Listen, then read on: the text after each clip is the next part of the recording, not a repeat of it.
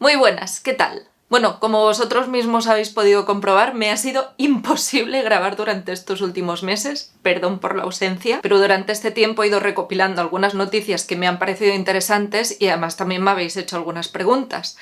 Así que antes de seguir con los vídeos que tenía pensados, ¿qué tal si nos ponemos un poco al día del panorama inmobiliario?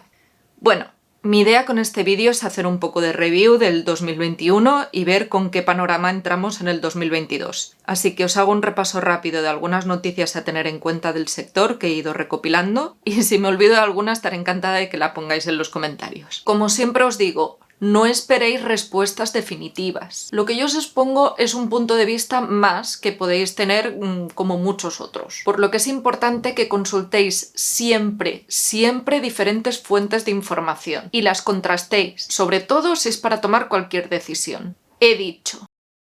Creo que no es ninguna novedad si os digo que nos encontramos en un momento muy curioso del mercado inmobiliario.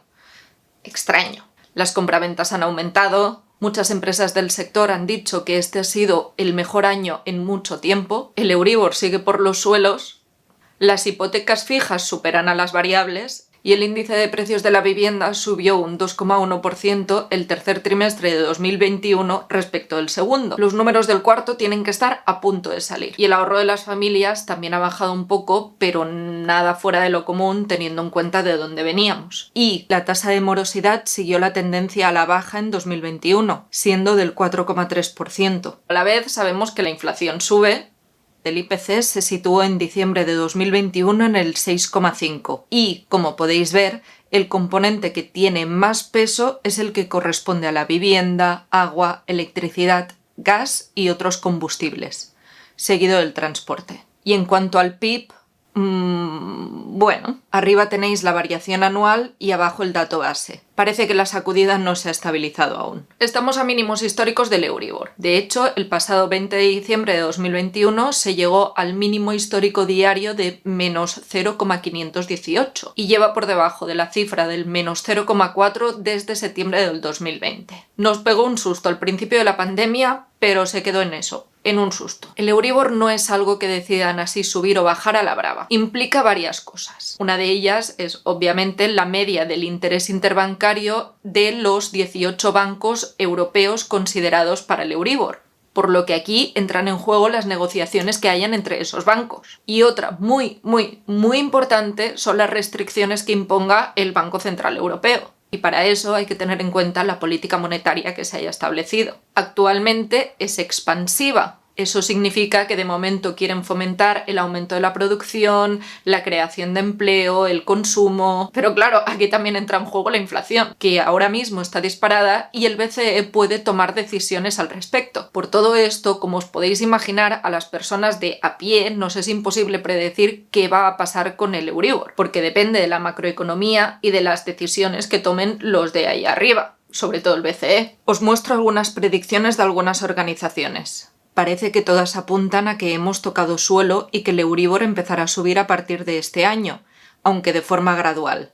Y todas estas predicciones podrían irse al traste si la política monetaria se vuelve más restrictiva, o menos. Es que hay que tener en cuenta todo lo que venga del BCE. El Euribor empezó su descenso por debajo del 1 en el momento en el que Mario Draghi anunció su famosa frase de haremos lo que haga falta para salvar al euro, el 26 de julio de 2012. Así que el mejor predictor para el Euribor es buscar en Google BCE, apartado noticias y filtrar por el último mes. Y el BCE, de momento, ha anunciado que no subirá los tipos de interés, algo que Estados Unidos y otros países ya han anunciado que sí que harán. En estos últimos meses hemos estado recibiendo noticias desde Estados Unidos de una nueva burbuja a la espera de que reviente de un momento a otro, pero tampoco se sabe muy bien si es realmente una burbuja ni si en España se replica. Por lo menos aquí muchos la han descartado. Previsión de cómo serán las hipotecas en 2022. Por una parte, parece que los expertos apuntan a que los tipos fijos seguirán siendo los preferidos y que se mantendrán precios bajos y estables, aunque con un encarecimiento progresivo, básicamente por lo que hemos visto antes con lo del Euribor. Pensad que, por primera vez, el tipo de interés medio, recálculo de medio, de las hipotecas constituidas se situó en el 2,34% en enero del 2021 y el último dato es de noviembre con el 2,59%. Y las hipotecas al 100% comentan que seguirá siendo algo excepcional, pero depende de en qué circunstancias sí que se podrá conseguir, como en 2021, vamos.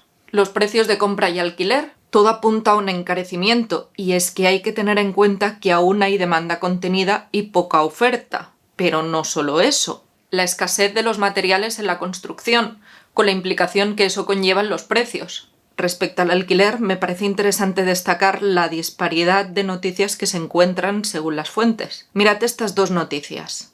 Solo hay 1 mes y 10 días de diferencia entre ellas y parecen totalmente contradictorias. Este es el claro ejemplo de que no tenemos que fiarnos de los titulares y leer todo el contenido de la noticia. Y es que las dos noticias toman como referencia fuentes de datos distintos y temporalidades diferentes. Y la paradoja es que ambas son válidas bajo su propio contexto, pero si nos quedamos solo con el titular nos equivocaremos. La intervención del alquiler. Siguiendo con este tema, parecía que el Poder Judicial inicialmente iba a aprobar la ley de la vivienda, pero su informe indica que no es así. Esta semana veremos qué pasa. Y para acabar el tema de los alquileres, las ayudas de 250 € para jóvenes en el alquiler. ¿Qué pasa con Sareb y qué implicaciones tiene? Otra de las noticias que aún está inconclusa. A mitades de enero se hablaba de la nacionalización del Banco Malo y aún falta saber el desenlace final. Todo apunta que será por el precio de 195 €. Bueno, claro, 195 € al que se le tendrían que sumar las deudas acumuladas que ascienden a unos cuantos millones más. Sigamos. El artículo 28. Sobre el artículo 28 ya os comenté que podía ser importante, sobre todo porque está muy relacionado con el tema de las herencias y, por desgracia, la pandemia ha venido acompañada de unos números desgarradores. No creo que sea casualidad que se aboliera el año pasado y aunque aún está frenando operaciones, podría abrir la vía a que salga más oferta al mercado. El notición de la plusvalía. Ya han pasado unos meses, pero me sigue pareciendo una noticia relevante, porque tiene en cuenta que no siempre uno vende por un precio mayor del que compró, algo que vemos en la realidad y que sobre todo afecta a muchas personas que compraron con precios sobrevalorados antes del estallido de la burbuja. El otro notición, el valor catastral, y es que los impuestos relacionados con inmuebles en la compra, el ITP y AJD y las sucesiones y donaciones, se deben abonar por el nuevo valor marcado de referencia de catastro, no por el valor real de la transmisión. Y a todas estas, pues ya podemos comprar propiedades en los metaversos. Mark Zuckerberg parece que está creando un Sims con personas reales. Y Microsoft ha comprado Activision Blizzard por 68,7 millones de dólares. Por cierto, se ha vendido la primera casa construida en 3D. Bueno, pues ahora que nos hemos puesto ya un poco al día, me toca retomar los vídeos que tenía pensados, así que muchas gracias y nos vemos en el siguiente vídeo.